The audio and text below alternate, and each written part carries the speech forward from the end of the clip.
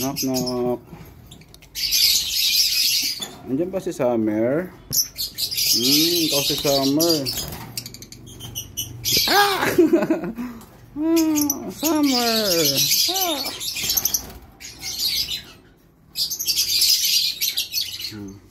Very protective ang mga hen, mga boss at idol. Ayan, nakikita nyo naman.